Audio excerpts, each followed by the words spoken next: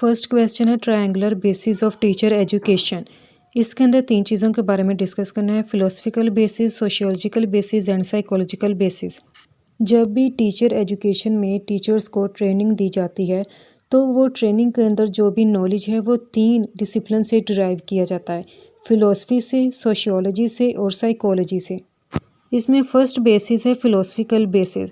Philosophical basis से एक teacher को पता चलता है कि मुख्तलिफ़ वक्त में लोग जो थे उनका एजुकेशन के ऊपर क्या रोल था, यानी कि वो एजुकेशन को किस अंदाज़ में बयान करते थे कि तालीम क्या है और तालीम को पढ़ाने के बेहतरीन तरीके कौन कौन से हैं और स्कूल वगैरह में डिसिप्लिन को कैसे मेंटेन किया जा सके।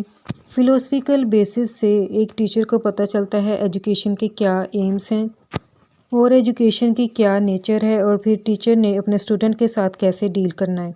सेकंड है सोशियोलॉजिकल बेसिस। सोसाइटी स्कूल को बनाती है और फिर स्कूल उस चीज़ के बारे में बताता है जो कि उस सोसाइटी के अंदर एग्जिस्ट करती है, जो सोसाइटी की नॉर्म्स और उसकी वैल्यूज़ होती हैं। सोशियोलॉजिकल बेसिस से एक टीचर को भी और एक स्टूडेंट को भी ये पता चलता है कि सोसाइटी का हमारे माशरे में, इनकी सोसाइटी का हमारे स्कूल में क्या किरदार है।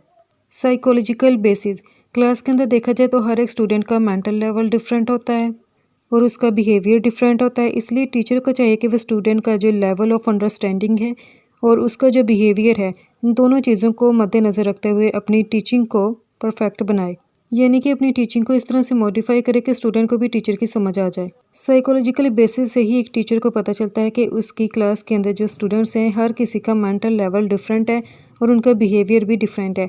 इससे टीचर को पता चलता है कि किस किस्म के स्टूडेंट के साथ मैंने कैसे बिहेव करना है। अगर कोई बच्चा बदतमीज़ है तो इसके साथ मैंने कैसे बिहेव करना है। Objectives of teacher education.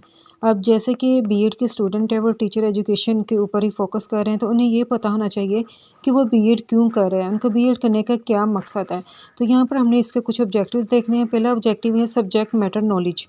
Subject matter knowledge का मतलब ये है, अब जैसे कि अगर किसी बंदे की डिग्री मैथ है या फिर उसकी फ़िज़िक्स है या फिर केमिस्ट्री है, तो वो बंदा उस डिग्री के रिलेटेड जितना भी नॉलेज है उसमें एक्सपर्ट हो, यानी कि मैथ वाला है तो मैथ के में एक्सपर्ट हो, फिज़िक्स वाला बंदा है तो उसका फ़िज़िक्स में एक्सपर्टीज़ होनी चाहिए।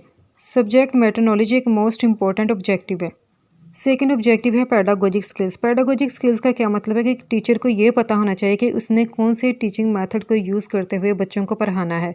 तो टीचर एजुकेशन क्या एक टीचर को सिखाती है, जैसे कि हम लोग बीएड कर रहे हैं तो बीएड के अंदर हमें ये बताया जाता है कि आपने कौन से मेथड को यूज़ करते हुए बच्चों को पढ़ाना है, यानी कि आपने लेक्चर मेथड यूज़ करना है, आपने डिमॉन्स्ट्रेशन मेथड यूज़ करना है, ड्रिल मेथड यूज़ करना है, आपने चाक बोर्ड का यूज़ करना है, यानी कि कौन से मेथड्स को यूज़ करते हुए बच्चों को पढ़ाना है।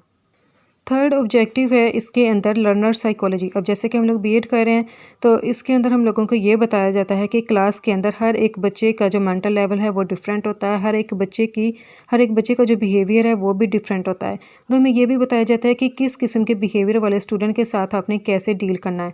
अगर बच्चा बदतमीज़ है तो इसके साथ आपने कैसे डील करना है। अगर बच्चा आपसे कोई क्वेश्चनिंग करता है तो आपने ये नहीं कहना कि आपने ये बहुत फजूल सवाल पूछा है इस किस्म का, या फिर ये इररेलेवेंट क्वेश्चन है टॉपिक के रिलेटेड, यानी कि आपको टॉपिक के रिलेटेड पूछना चाहिए। तो हमें इस चीज़ के बारे में भी फोकस करना चाहिए। हमें हर एक स्टूडेंट को उसके मेंटल लेवल और उसके बिहेवियर के अकॉर्डिंग ही ट्रीट करना चाहिए। इसीलिए टीचर एजुकेशन जो प्रोग्राम्स वगैरह होते हैं, जो ट्रेनिंग होती हैं, ये एक टीचर को बताते हैं कि आपने बच्चों के साथ कैसे डील करना है। नेक्स्ट ऑब्जेक्टिव है सेल्फ कॉन्फिडेंस। टीचर एजुकेशन एक टीचर के अंदर सेल्फ कॉन्फिडेंस भी पैदा करता है।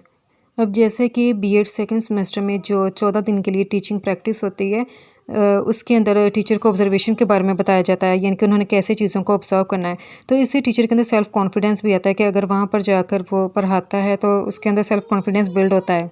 नेक्स्ट ऑब्जेक्टिव है यूज़ ऑफ इंस्ट्रक्शनल फैसिलिटीज़, यानी कि जिस भी स्कूल में एक टीचर ने पढ़ाना है वहाँ पर वो देखे कि जो भी वो अपना एक लेक्चर डिलीवर करना चाहता है तो उसके रिलेटेड कि क्या वहाँ पर कोई फैसिलिटीज़ हैं। जैसे कि अगर वो कोई जियोग्राफी के रिलेटेड लेक्चर देना चाहता है तो देखिए वहाँ पर ग्लोब है, वहाँ पर चार्ट्स वगैरह मौजूद हैं। तो वहाँ पर जितनी भी स्कूल्स में फैसिलिटीज़ होंगी टीचर को चाहिए कि उसको बेस्ट पॉसिबल वे में उसको यूज़ करे। ये नहीं सोचे कि मैंने सिर्फ लेक्चर डिलीवर करना है तो आगे याद करना समझ आई बच्चों को या नहीं तो ये मेरी सरदर्दी नहीं है, बल्कि टीचर को चाहिए कि जितनी भी वहाँ पर फैसिलिटीज़ हैं उसको यूज़ करे। Applications of old and new methods of teaching.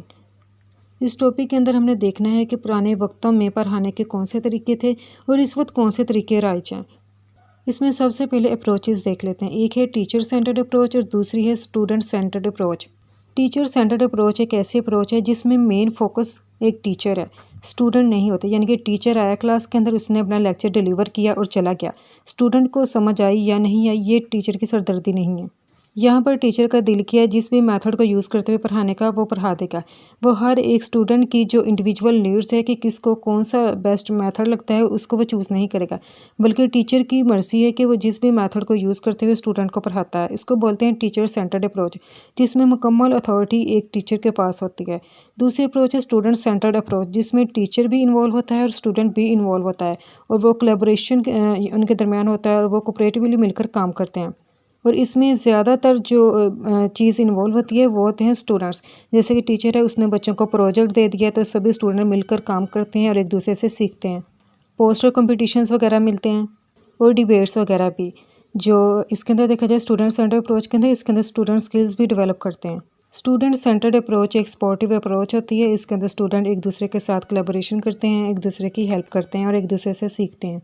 इसके बाद है कन्वेंशनल एजुकेशन, यानी कि जो रवायती और पुराने तरीके कौन से थे टीचिंग के। अगर पुराने वक्तों की बात की जाए तो वहाँ पर जो है टीचर आता था क्लास के अंदर, बच्चों को कुछ ना कुछ पढ़ा दिया था और बच्चे उस चीज़ को नोट कर लेते हैं और इसको बिल्कुल रट्टा लगा लेते हैं। तो कन्वेंशनल एजुकेशन के अंदर रट्टा लगाने के ऊपर फोकस किया जाता था।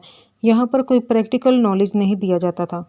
जैसे कि अगर साइंस का कोई टॉपिक वगैरह पढ़ाया तो उसका एक्सपेरिमेंट वगैरह नहीं करवाना, जस्ट उसको जो है वैसे ही एक लेक्चर मेथड जो है उसी को यूज़ करते हुए बच्चों को पढ़ा देना और बच्चों ने उसको रट्टा लगा लेना। लेकिन ये कि इसके अंदर प्रैक्टिकल वगैरह को यूज़ नहीं किया जाता था। और इस वक्त अगर देखा जाए तो मॉडर्न मेथड्स के अंदर तो वहाँ पर लेक्चर मेथड को यूज़ किया जाता है। वहाँ पर टीचर क्लासरूम में आता है, काफ़ी ज़्यादा स्टूडेंट्स होते हैं, उनको वो पढ़ाता है और स्टूडेंट के अगर कोई क्वेश्चंस वगैरह होते हैं तो वो उनके आंसर्स देता है। क्लासरूम डिस्कशन, इसके अंदर टीचर क्लासरूम को भी अपने साथ इन्वॉल्व करता है, स्टूडेंट को अलाउ करता है कि वो एक दूसरे के साथ क्वेश्चंस वगैरह एक दूसरे से पूछें, अपने नॉलेज को शेयर करें। मॉडर्न मेथड्स में देखा जाए तो टीचर क्लासरूम के अंदर मल्टीमीडिया का भी यूज़ करता है, जिसमें बच्चों को वीडियोस दिखाई जाती हैं, उनको इमेजेस वगैरह दिखाई जाती हैं। इससे स्टूडेंट के कॉन्सेप्ट क्लियर हो जाते हैं। Ideological basis of education in Pakistan. Ideology का मतलब क्या होता है? आइडियाज़ वगैरह। अब जैसे कि करिकुलम को डिज़ाइन किया जाता है तो उस करिकुलम के अंदर उस कंट्री का जो कल्चर है, उसकी सोसाइटी है, उसके रिलेटेड जितने भी करैक्टरिस्टिक्स हैं, जो भी इंफॉर्मेशन और नॉलेज है उसको इंक्लूड किया जाता है और पब्लिक उसे एक्सेप्ट भी करती है, क्योंकि वो सारी चीज़ें उनके रिलीजन के अकॉर्डिंग होती है, उनकी सोसाइटी के अकॉर्डिंग होती है। आइडियोलॉजिकल बेसिस के अंदर हमने 3 फाउंडेशंस को देखना है। इसके फाउंडेशन के अंदर पहली है आइडियोलॉजिकल फाउंडेशन, दूसरी साइकोलॉजिकल फाउंडेशन और तीसरी है सोशियो कल्चर फाउंडेशन। पहली है इसके अंदर आइडियोलॉजिकल फाउंडेशन। अब हमारा मुल्क पाकिस्तान को देखा जाए तो इसके अंदर जो आइडियोलॉजिकल फाउंडेशन की बुनियाद है वो इस्लाम के ऊपर है। यानी कि पाकिस्तान के अंदर जो जिस भी करिकुलम को डिज़ाइन किया जाता है, जिसको प्लान किया जाता है, उसके अंदर ऐसे प्रोग्राम्स को शामिल किया जाता है, ऐसे सिलेबस को शामिल किया जाता है जो कि इस्लाम को रिफ़्लेक्ट करें, ताकि पाकिस्तान के अंदर रहने वाले जितने भी लोग हैं उन सब को इस्लाम की वैल्यूज़ के बारे में पता चल सके और इस्लाम के रिलेटेड जो भी नॉलेज है उसके बारे में पता चल सके, ताकि हमारे जो दीन है उसकी जो वैल्यूज़ हैं हम उसको प्रिजर्व कर सकें और हमारी आने वाली जो नस्ल है उनको इस्लाम के बारे में पता चल सके, उनके अंदर वो तमाम खसूसियात हों जो कि एक इस्लामी जो इंसान है, जो बंदा है, उसके अंदर होनी चाहिए।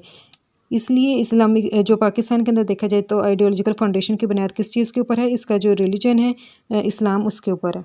तो अगर हम पाकिस्तान की जो आइडियोलॉजिकल फाउंडेशन की बुनियाद दीन के ऊपर ना रखें तो हमारे पाकिस्तान के अंदर कोई भी बंदा प्रेफर नहीं करेगा कि वो किसी ऐसी बुक को पढ़े जिसके अंदर इस्लाम के रिलेटेड कोई नॉलेज वगैरह ना हो।